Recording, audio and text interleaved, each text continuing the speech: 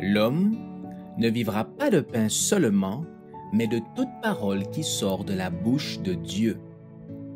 Voici votre moment de méditation quotidienne.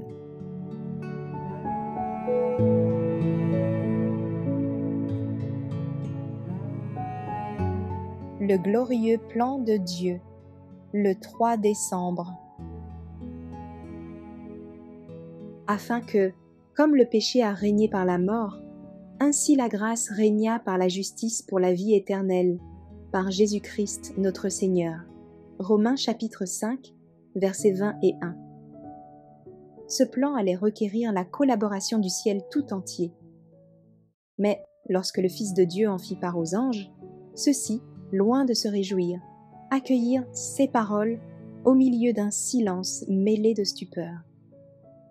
Le salut de l'homme, leur dit-il, va coûter des douleurs inexprimables à votre chef bien-aimé.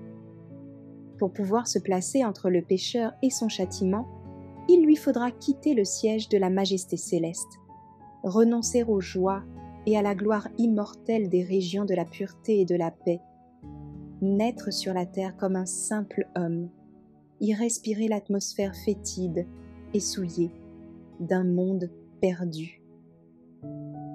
Après avoir participé personnellement aux douleurs et aux tentations des humains, il subira l'ignominie et la mort. Tout cela sera nécessaire pour que votre Maître soit à même de secourir ceux qui sont tentés. À la fin de son ministère, dit encore Jésus, livré entre les mains d'hommes cruels et exposé à toutes les insultes et à toutes les tortures que Satan pourra leur inspirer, il sera suspendu entre le ciel et la terre comme un malfaiteur et subira la mort la plus cruelle. Après de longues heures d'une agonie que vous ne pourrez contempler sans vous voiler la face, il connaîtra une suprême angoisse.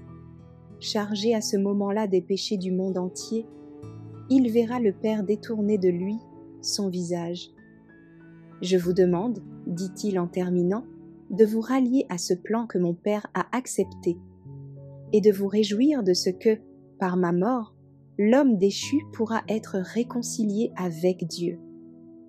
La gloire et la félicité d'un monde racheté allaient donc éclipser les douleurs et l'immolation du prince de la vie. Alors des transports d'allégresse éclatèrent dans les cieux, et les parvis célestes retentirent des premiers accords du cantique, qui devait plus tard se faire entendre sur les collines de Bethléem. Gloire à Dieu au plus haut des cieux, paix sur la terre, bienveillance envers les hommes. Luc chapitre 2, verset 14.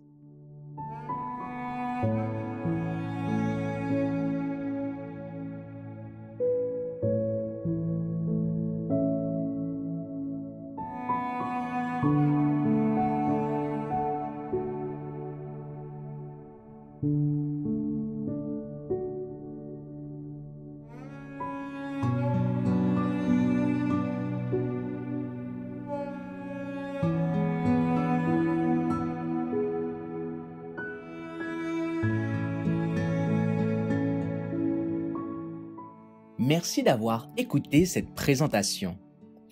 Assurez-vous de nous rejoindre demain pour votre moment de méditation quotidienne avec lereste.org.